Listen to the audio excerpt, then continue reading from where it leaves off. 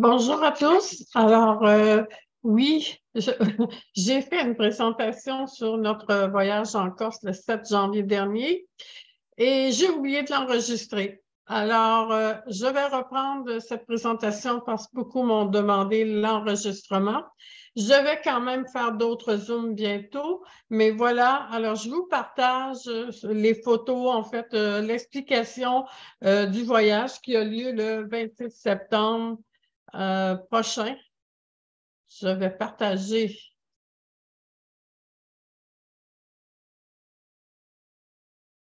Voilà. Alors, en espérant que tout le monde voit bien ma présentation.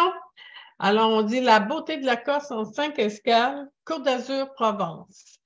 Ce voyage-là est effectué le 26 septembre au 9 octobre. C'est des vols directs avec Air Transat aller-retour, donc pas de souci pour les vols. Pour ce qui est du voyage, comment ça va se dérouler, on fait 2 nuits sur la Côte d'Azur à Nice et 3 nuits à Aix-en-Provence. Ce sont des hôtels 4 étoiles que je vais vous présenter tout à l'heure. Alors, pour ce qui est des hôtels, ils sont centrales, donc les petits temps libres que vous aurez, vous allez pouvoir vous balader à pied sans problème. Alors, je commence.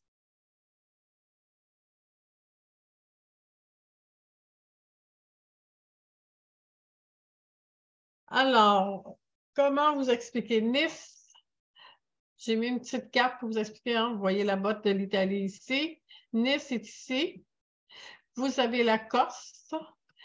Vous avez Aix-en-Provence. Et vous avez de Nice, vous avez l'arrière-pays qu'on va faire pendant 2 jours ici. Alors ici, vous voyez tout au bout l'aéroport de Nice. C'est l'aéroport de Nice. Et c'est devant Nice, qu'on appelle ici la promenade des Anglais. Votre hôtel est tout près ici dans le vieux Nice. Donc, vous êtes hyper bien situé. Alors, comme j'ai dit, 2 nuits à Nice, 3 nuits en Provence. Et avec des journées de visite, mais ce n'est pas des journées chargées, c'est quand même des journées relax. Là, vous arrivez, petit tour d'orientation, on s'installe à l'hôtel, c'est fini pour la première journée. Ensuite, on va faire une journée où on va faire Saint-Paul-de-Vence, Tourette-sur-Loup. Ensuite, l'autre journée, avant d'embarquer sur la croisière, on va faire Èze et Monaco et on revient au port de Nice pour l'embarquement à 5 ans. On aura déjà embarqué nos valises le matin. Alors, vous voyez ici un peu Nice. Alors, c'est très agréable de se promener. Vous allez pouvoir aller au marché, vous allez pouvoir souper dans le vieux Nice. Nice, je vous explique, Nice est la capitale de la Côte d'Azur.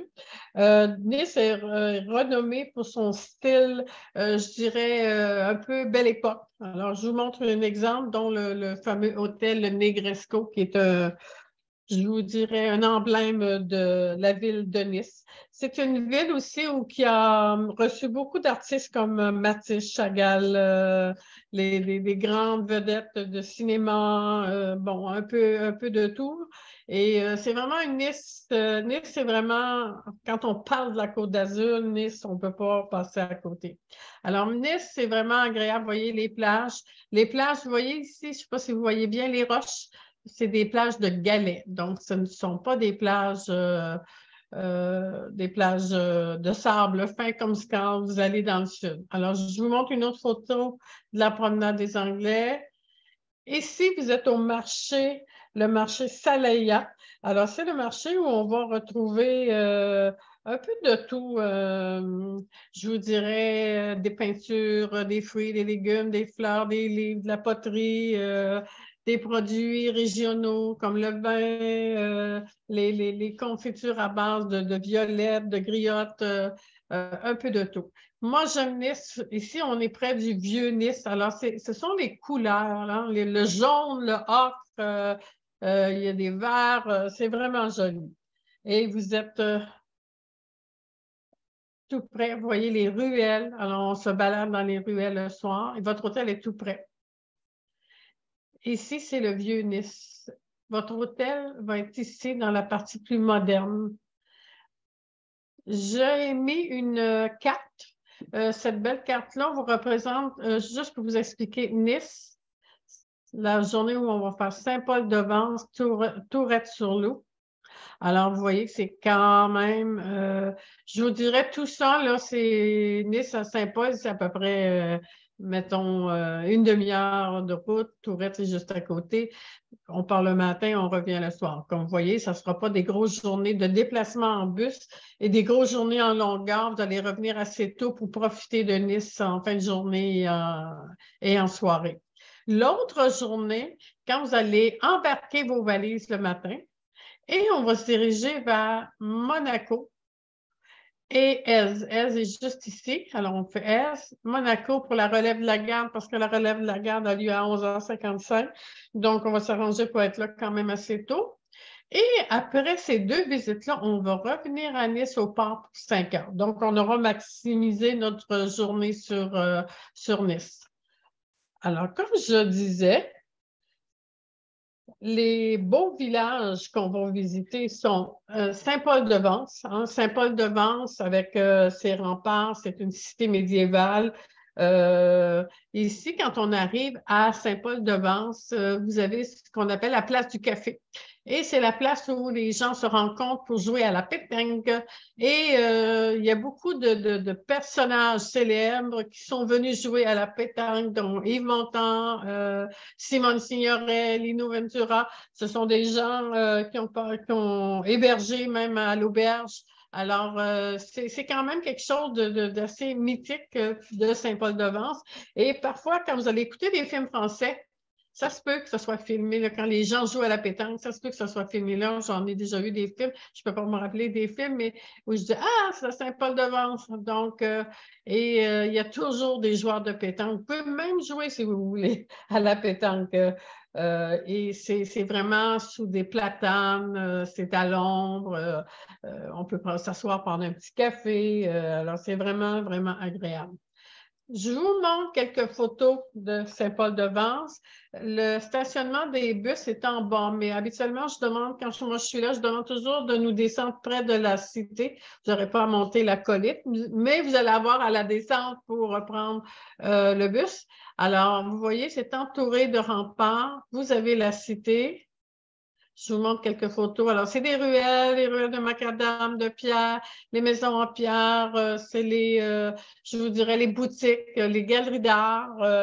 Je pense que c'est quelque chose qui va sûrement vous plaire. C'est joli, c'est riche, c'est beau, c'est vraiment agréable. Comme balade, des fontaines, beaucoup de fleurs, beaucoup de végétation. Vous voyez la fontaine de la place ici.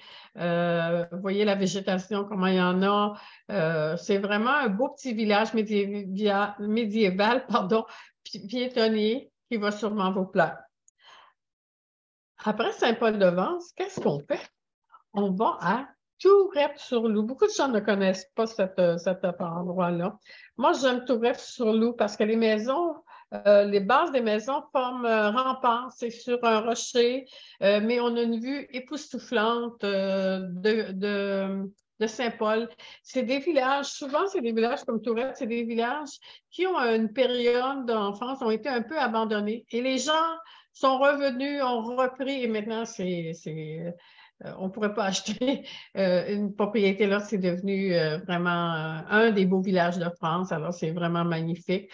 Lui aussi, c'est la pierre. C'est différent, c'est plus jaune, c'est plus, vous voyez, des couleurs de rouille. Les maisons toutes en pierre, les ruelles.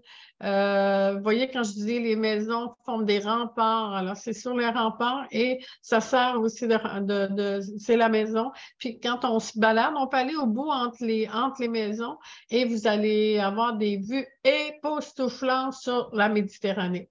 Alors, c'est magnifique. C'est un village qui est entouré de beaucoup de végétation, de forêts, de figues de Barbarie, aussi plein de petites boutiques où vous pourrez vous acheter plein de bonnes choses à base de violettes, dont le savon, l'eau toilette, la confiture à la violette, les bonbons à la violette, un peu de tout. Voilà pour Tourette-sur-Loup. Maintenant, je présente cette carte-là pour vous expliquer quand on parle de la route de la Corniche. En fait, il y a 3 corniches. Vous avez la première qui est la basse, hein, la basse, c'est près de la mer. Vous avez la moyenne ici en orange, donc on est à peu près à 400 mètres d'altitude. Et vous avez la haute corniche qui est ici. Vous vous rappelez, Grace de Monaco, quand elle a eu son accident, elle était sur la haute corniche. Alors nous, quand on va partir de Nice pour se rendre à Èze ici, alors on part de Nice ici, on va prendre la moyenne corniche et on va se rendre à Èze et ensuite à Monaco. Et vous avez des vues aussi. Vous voyez, ici c'est la moyenne. Juste pour vous expliquer, on passe sur un viaduc, la moyenne. On entre ici et vous avez Èze qui est sur un pic rocheux. Vous allez monter un petit peu une petite colline, mais c'est pas dramatique. On monte tranquillement. Et c'est la route de la moyenne corniche et les vues que vous avez. Moi, c'est une photo que j'ai prise jusqu'au jardin d'Auguste, donc c'est beaucoup plus haut. Alors, c'est magnifique. Ici, vous avez la basse corniche. On est à Èze. Ça vous donne une petite idée. Et ça monte, ça monte, ça monte. On peut faire une randonnée de la basse à la haute, 400 mètres. Vous voyez ici les images. C'est magnifique. Hein? Et de Èze, tout en haut, on peut voir Monaco. Alors, Monaco est juste à côté. Alors, c'est beaucoup de belle végétation exotique. Hein?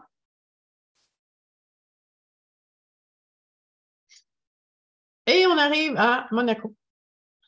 Monaco, on arrive par les jardins tout en haut. Donc, on doit faire un arrêt pour l'autorisation parce que ça prend une réservation pour le parking. Alors, on règle le parking et ensuite, on descend. On va s'installer dans un stationnement souterrain. Et au stationnement souterrain, on va prendre un ascenseur qui va nous monter dans la ville de Monaco. Et là, on va faire une petite marche pour se rendre. Ici, vous avez la marina. Alors, on va marcher ici devant les maisons des princesses. Je crois que c'est Caroline puis Stéphanie qui ont des maisons dans ce coin-là. Et on va arriver devant le palais pour assister aux relèves de la garde. Et vous allez avoir du temps libre. Alors, le palais. Et après le palais, ou avant, on verra à ce moment-là, à l'heure d'arrivée, on fera la visite de l'église. En fait, c'est l'église où Grace Kelly, la famille Grimaldi, en fait, ont leur tombeau. Et vous allez remarquer à l'intérieur que le tombeau le plus fleuri, c'est celui de Grace. Alors, vous avez Grace et le prince Régnier qui sont à l'église de l'Immaculée Conception. Alors, vous voyez le tombeau de Grace.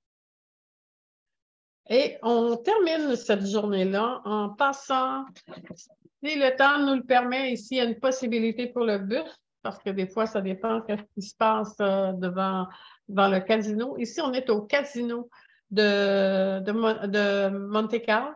Et il y a une possibilité, si on est capable d'entrer, voir juste un petit coup d'œil sur ce magnifique, sinon on peut essayer de prendre des photos.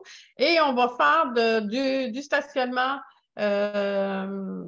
souterrain, on va sortir et on va faire une partie de la route vous savez, le Grand Prix de Monaco. Donc, on va faire la course de Monaco. Et on va retourner, après cette journée-là, au port de Nice pour l'embarquement qui a lieu à 5 heures sur le bateau qui s'appelle la Belle des Océans. C'est un 50, c'est un peu comme des étoiles là, au niveau des hôtels. Donc, lui, c'est un 50.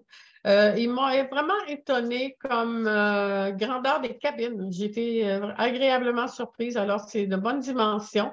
C'est un bateau qui peut recevoir seulement 120 passagers, donc c'est 60 cabines. Toutes les cabines ont vue extérieure. J'ai quelques cabines en pont 3. Pont 3, c'est les seuls qui ont des hublots. Les autres, c'est toutes des grandes fenêtres. Et j'en ai avec des grandes fenêtres, juste comme des portes patio. Puis j'en ai pas, mais on peut faire une demande pour balcon s'il y en a qui désirent, mais c'est beaucoup plus cher. Donc, il y aura des suppléments à ajouter à ce moment-là. La croisière va être tout inclus, c'est-à-dire c'est vraiment tout inclus, boissons, repas, cocktails, tout est inclus. Alors, c'est de bonnes dimensions. Ici, je vous montre la carte quand on va partir. On va traverser de Nice jusqu'à Ajaccio et on va faire Ajaccio, Bonifacio, les îles Lavezzi, Porto Vecchio, Bastia. On va faire le Cap Corse avec l'excursion qui est incluse dans le programme, l'île Rousse et on redescend tranquillement pour se diriger vers Nice. Alors, je montre quelques photos de l'intérieur, le salon, le soir où il y a les spectacles, où on peut danser, on a des spectacles avec les chants locaux, même le personnel à bord nous font une soirée spectacle qui est vraiment super, ils sont vraiment bons. L'équipage, c'est philippin, ils sont hyper gentils, hyper travaillants, accueillants. La propreté, le service, j'en ai que des éloges. C'est vraiment bien.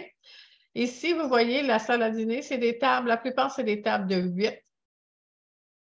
Et je vous montre un petit peu le style de musique corse. C'est quelques secondes.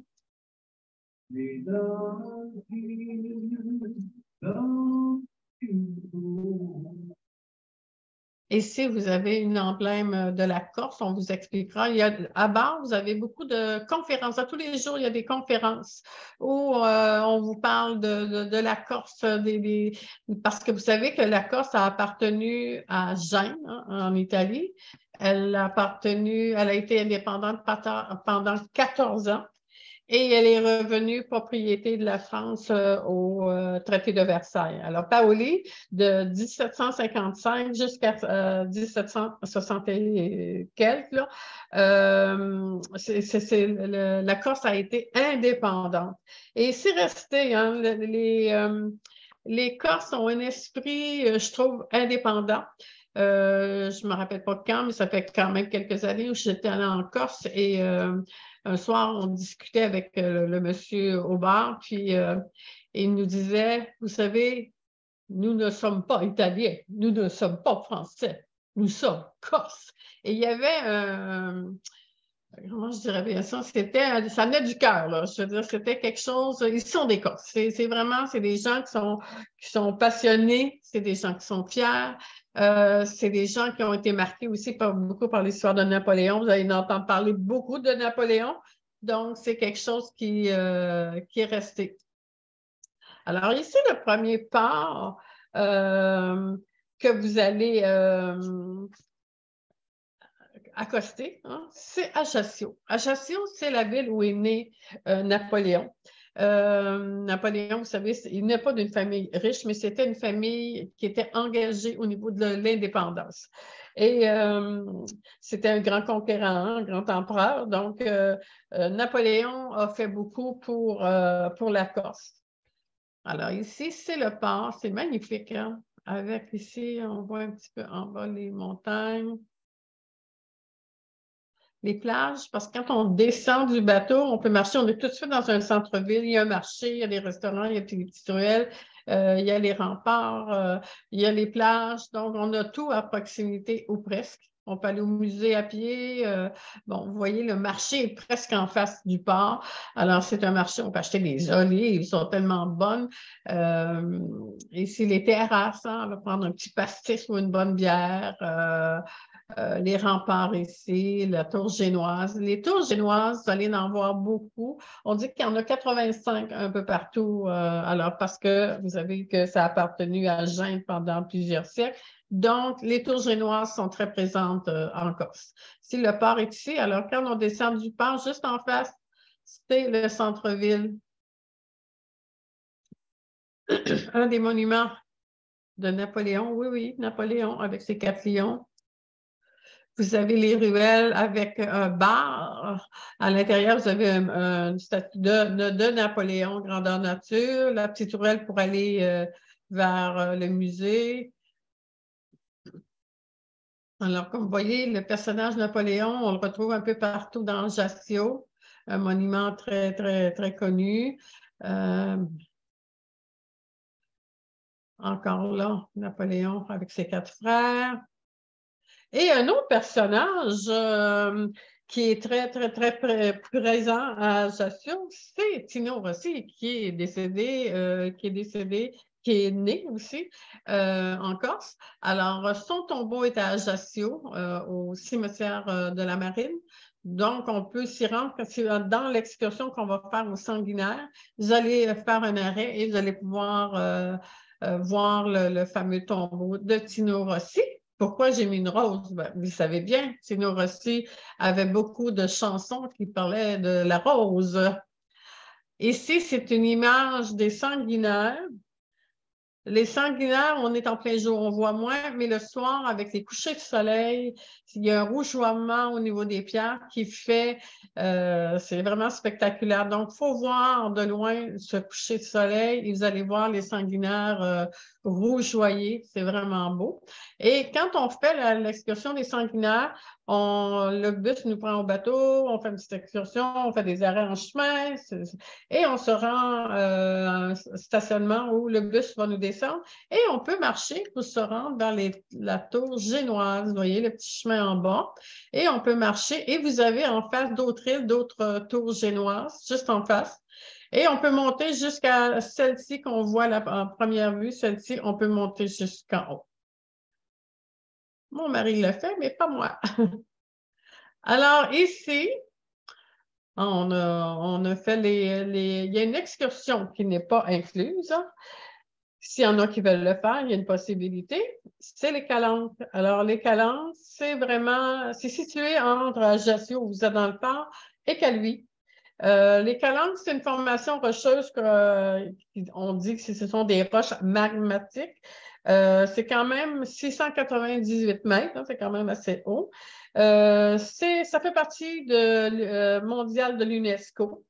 Et vous avez la réserve. Donc, comment ça va se faire? Ça se fait en autobus et en bateau et vous allez vous balader dans les calanques de la Piana. Alors, vous voyez les fameuses roches à l'extérieur, mais vous en avez autant dans l'eau qui donne une couleur à l'eau assez spectaculaire.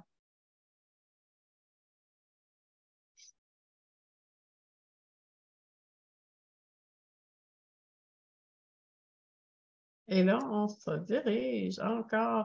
Ici, on est à Bonifacio. Alors, Bonifacio, c'est vraiment... ici, c'est le monument aux soldats inconnus. Bon.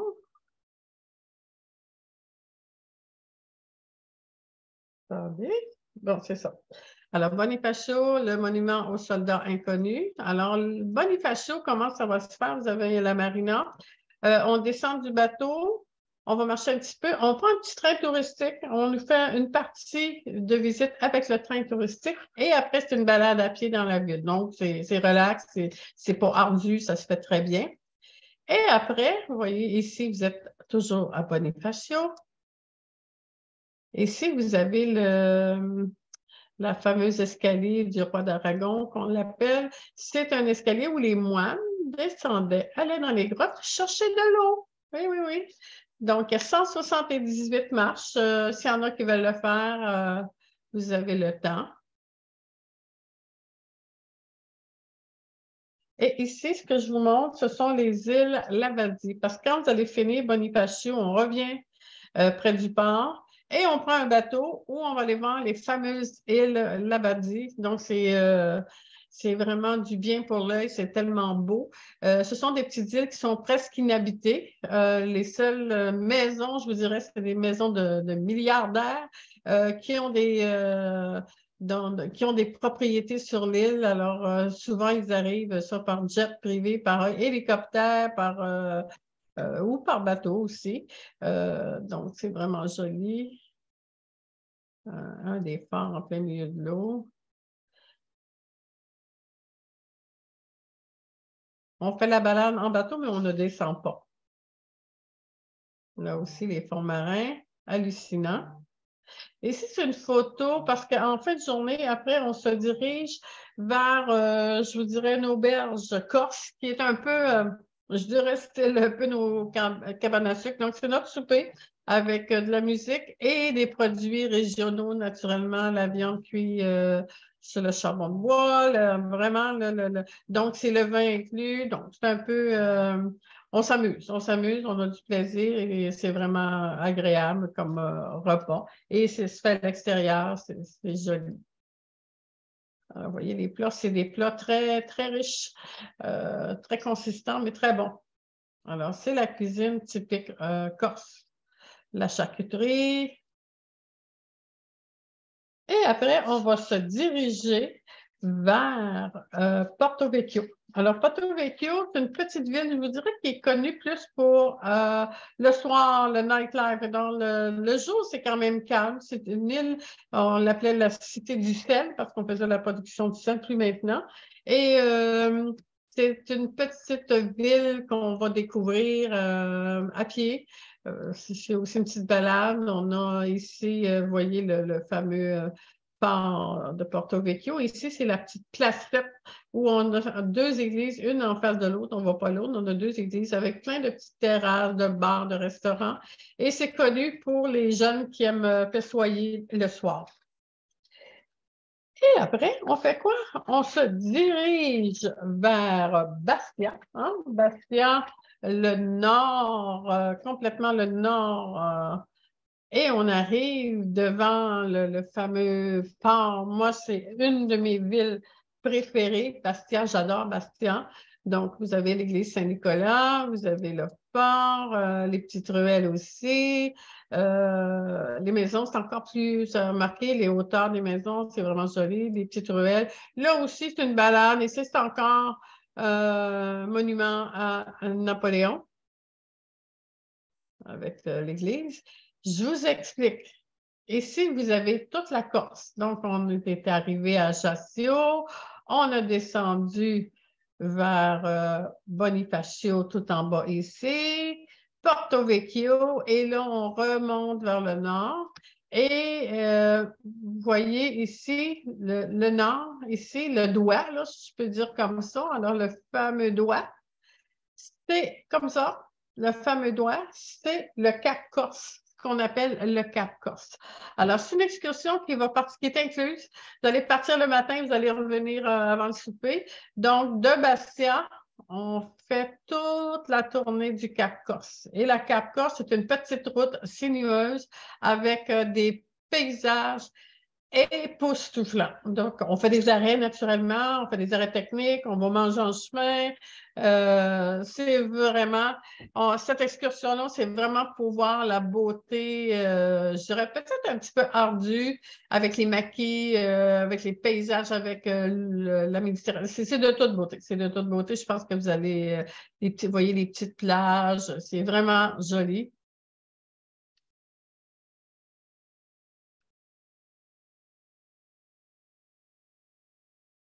Même les gens qui partent en voiture, je leur conseille de prendre une excursion. C'est plus facile pour la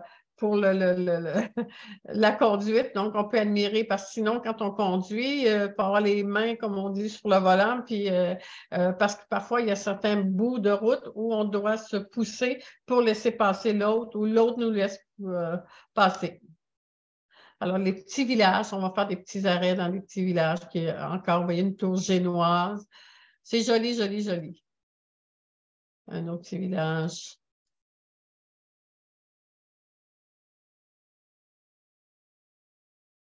Magnifique. C'est un bel arrêt. Les tours génoises, les couchers de soleil. Et on va faire aussi une dégustation de vin. Donc, on va faire un arrêt dans un vignoble et on va déguster plusieurs sortes de vins et vous avez la possibilité d'en acheter. Encore quelques images. Et là, on arrive dans le port de l'île Grosse, en fait, le Calvi. Alors, à Calvi, vous avez la possibilité comme excursion qui est incluse dans le prix. J'ai choisi, parce que les villes avec des remparts, on en a fait plusieurs. Donc, j'ai choisi plutôt de faire la balade des villages de la Balagne.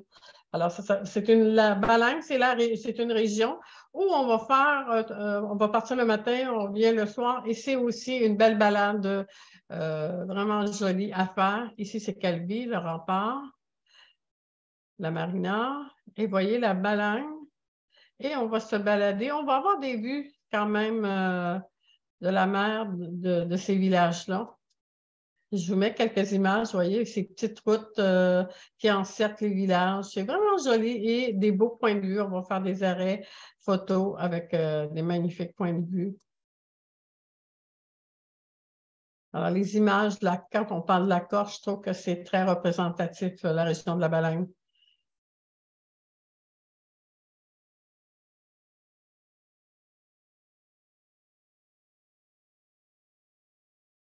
Et on arrive après, vers la France. On a fait la Balagne, on a descendu, puis on a traversé vers Nice.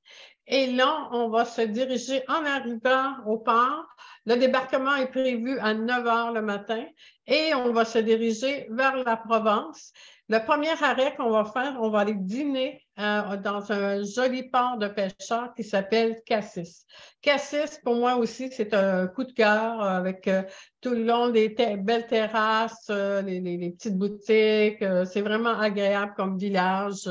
C'est joli, joli. Il y a un petit train touristique, s'il y en a qui veulent le faire, on a le temps. C'est un petit train qui vous prend dans le port et qui vous amène tout en haut vers l'ouest. Et ça dure à peu près 30 minutes, là. Et vous allez voir du haut les fameuses profondeurs des calanques. Alors, vous voyez, on est en haut ici et vous voyez les fameuses calanques avec encore Cassis. Et après Cassis, on va se diriger vers Aix-en-Provence. Alors, vous allez être logé 3 nuits à Aix-en-Provence. On est près de la fontaine. On est tout près, tout près.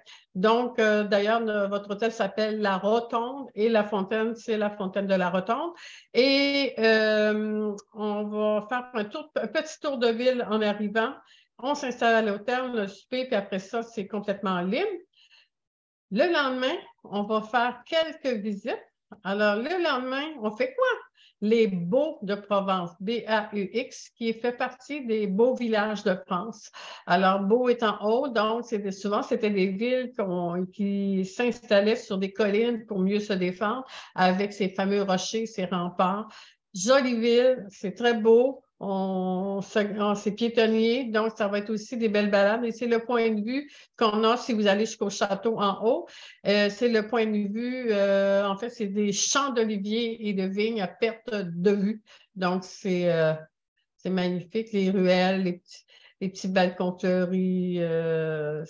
En France, là, tout ce qui a de l'histoire, on le conserve. Hein. C'est joli comme tout.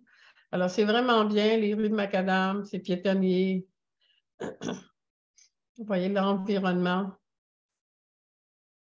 Et ensuite, on va se diriger vers Saint-Rémy de Provence. Ici, vous avez une partie, je dirais, Saint-Rémy romaine, donc on va visiter. La place de Saint-Rémy, la place principale, très jolie. Saint-Rémy est reconnu aussi. Il y a Aznavour qui a déjà habité. Je pense qu'il y avait une maison à Saint-Rémy. Caroline de Monaco aussi. Donc, c'est quand même une ville agréable. Hop, alors, j'ai été trop vite. Et on va se diriger vers les fontaines de Vaucluse, qui est l'autre journée. Là, je suis rendue à l'autre journée. Alors, l'autre journée, c'est les fontaines de Vaucluse. Et vous avez ça on la surnomme la Venise de la Provence, dû à ces canaux. Fontaine de Vaucluse, c'est un des endroits au point de vue eau les plus importants de France en termes de quantité. Donc, on va vous en parler. Alors, Fontaine de Vaucluse, c'est une belle petite terrasse, prendre un petit café très agréable. C'est une région viticole aussi, hein, une région de vignobles. Et ici, les balades, quand on se balade en Provence, on voit beaucoup de cyprès, hein, ces fameux arbres avec ces petites rues. On ne se baladera pas nécessairement sur les autoroutes, mais des petites routes de campagne. Beaucoup de villages ont des fontaines. Et ici, on est à Gordes. Gordes fait partie aussi des beaux villages de France. Jolis villages à se balader, découvrir et fait partie, comme j'ai dit tantôt, des beaux villages de France. Et on a découvert que le souterrain est aussi, a été, dans les années antérieures, a été vraiment développé. Alors, vous voyez ici Gordes et vous avez la place en haut. Alors, la place du marché. La place du marché tout en haut. Les points de vue sont magnifiques. Et on est rendu à Avignon. Alors, sur le pont d'Avignon. Alors, le pont d'Avignon est juste ici. Là, on dit le pont Saint-Bénézet. Hein? Et il est à peu près 5 minutes de marche. Vous êtes au fameux Palais des Papes.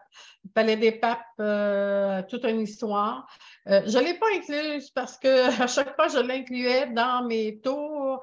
Au bout de 5 minutes, la plupart étaient sortis, j'exagère, peut-être 10-15 minutes. Donc, les gens, c'est quand même l'histoire des papes, c'est les habits, c'est les ornements d'église, des choses comme ça. Je pense que quand on en a vu quelques-uns, on fait le tour et on passe. Et c'est reconnu aussi un autre que j'ai fait cet été en Italie. Anagni s'appelle aussi la ville des papes en Italie. Donc, c'est une très jolie ville en passant. Alors, Avignon, comme vous voyez, est entouré de remparts tout le tour et on a des portes d'entrée. Donc, habituellement, le autocar nous gare ici, on traverse et on entre dans Avignon. Alors, Avignon, c'est quand même une jolie ville. Vous avez une espèce de roue. Vous avez ici je ne me rappelle pas le nom, le carrousel.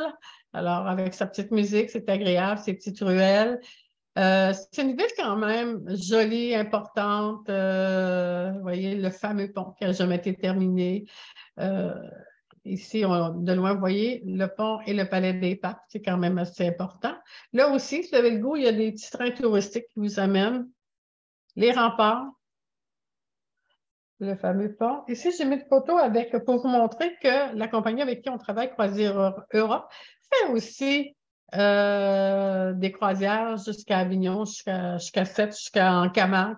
Donc, ça vous permet de savoir que ça existe un peu sur les canaux ou les fleuves de la France, ces croisières-là. Tandis que ce qu'on fait avec la Belle des Océans, c'est plus une croisière méditerranéenne, je vous dirais. Ici, le fameux pont le soir. Alors, c'est des photos que j'ai prises. J'étais en haut dans la roue et j'ai pris la photo du Palais des Papes et les bateaux de croisière de Croisière. À l'intérieur des murs, vous avez une place près, pas tellement loin du Palais des Papes, où c'est plein de terrasses restaurants.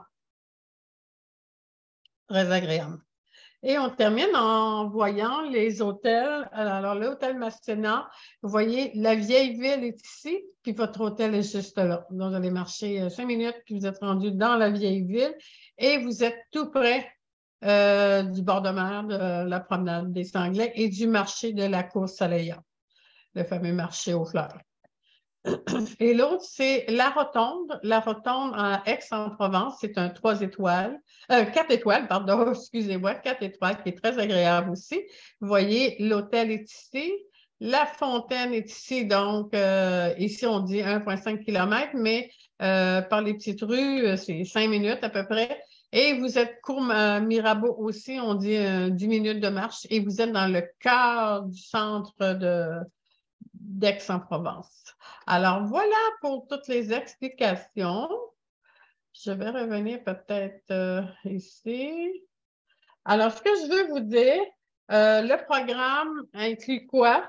Ça inclut le vol direct aller-retour, la sélection des bagages, la sélection des sièges, les transports en autocar, ce sont des grands autocars. L'hébergement, comme je l'ai dit, c'est 2 nuits à Nice en 4 étoiles et 3 nuits à Aix-en-Provence en 4 étoiles aussi. Tous les petits déjeuners. Dans le programme terre, je dirais terrestre, c'est 4 dîners, 4 soupers. Donc, il ne vous reste pas grand-chose à couvrir. Les excursions de la croisière pour une valeur de 625 sont incluses. Donc, j'ai inclus à chaque jour presque des excursions que je considère les plus importantes. La croisière, ben, comme j'ai dit au début, c'est pension complète. C'est boissons incluses au repas, à l'extérieur, au bar. C'est une cuisine française, c'est très bon. Souper galant, cocktail de bienvenue. Il y a la Wi-Fi à bord. Il y a un système audiophone sur la croisière. Vous avez des audiophones. Fait qu'à chaque fois qu'on a des excursions, vous sortez avec vos audiophones pour suivre les commentaires des guides que vous aurez. Il y a de l'animation à bord, donc il y a même une assurance repatriement s'il arrivait quelque chose à bord quand on est en navigation à bord du bateau. Et les taxes portuaires sont incluses. Donc, le tarif de base, si on prend le tarif pont 3, comme j'ai dit, le pont 3, c'est les hublots en occupation double par personne. C'est 6 799. Et j'ai fait ajouter quelques ponts parce que j'avais presque vendu tous mes ponts 4. Les ponts 4, c'est un supplément de 260 $ de plus. Qu'est-ce que la différence entre le pont 3 ou le pont 4? C'est le pont 4, vous avez une grande fenêtre. Le pont 5, c'est 765 $ de plus, c'est l'étage, mais c'est aussi une grande fenêtre. Les cabines sont toutes pareilles. Et le pont Suite Panorama, ben, c'est plus grand, vous avez un petit coin salon. On parle de 1325. Je sais qu'il y a des gens qui veulent cabine balcon, donc j'attends les réponses pour les cabines balcon et je recommunique avec vous bientôt, mais c'est quand même beaucoup plus cher que le 1325 quand on prend le balcon. Pourquoi? Parce qu'il y en a très peu de balcons. Je pense qu'il y a 10 chambres balcon, donc 10 cabines balcon, c'est très peu. Les personnes qui sont seules, pour ce qui est de l'hôtel, l'occupation simple, il faut ajouter 610 $. Et pour les personnes qui prennent la croisière en catégorie 3, il faut ajouter 1320. Et si vous y allez en catégorie 4 en occupation 5, on parle de 1603. Alors, n'hésitez pas à communiquer avec moi si vous avez des questions. Ça me fera plaisir, soit par Denise @quelbeauvoyage.com, pas de S à voyage. Alors, Denise QUELBEAUVOYAGE, quelbeauvoyage.com, ou me téléphoner au 450-759-9319. Je vous donne aussi un téléphone texto parce que je suis quand même occupée. Donc, vous juste m'écrire, me dire j'ai des questions pour la croisière Corse et je vais vous laisser votre numéro de téléphone et je vais vous répondre le plus rapidement possible. Alors, le texto, c'est le 450-271-5599. Alors, je vous remercie et à bientôt, j'espère. Alors, est-ce que j'ai tout enregistré? Non, c'est pas vrai.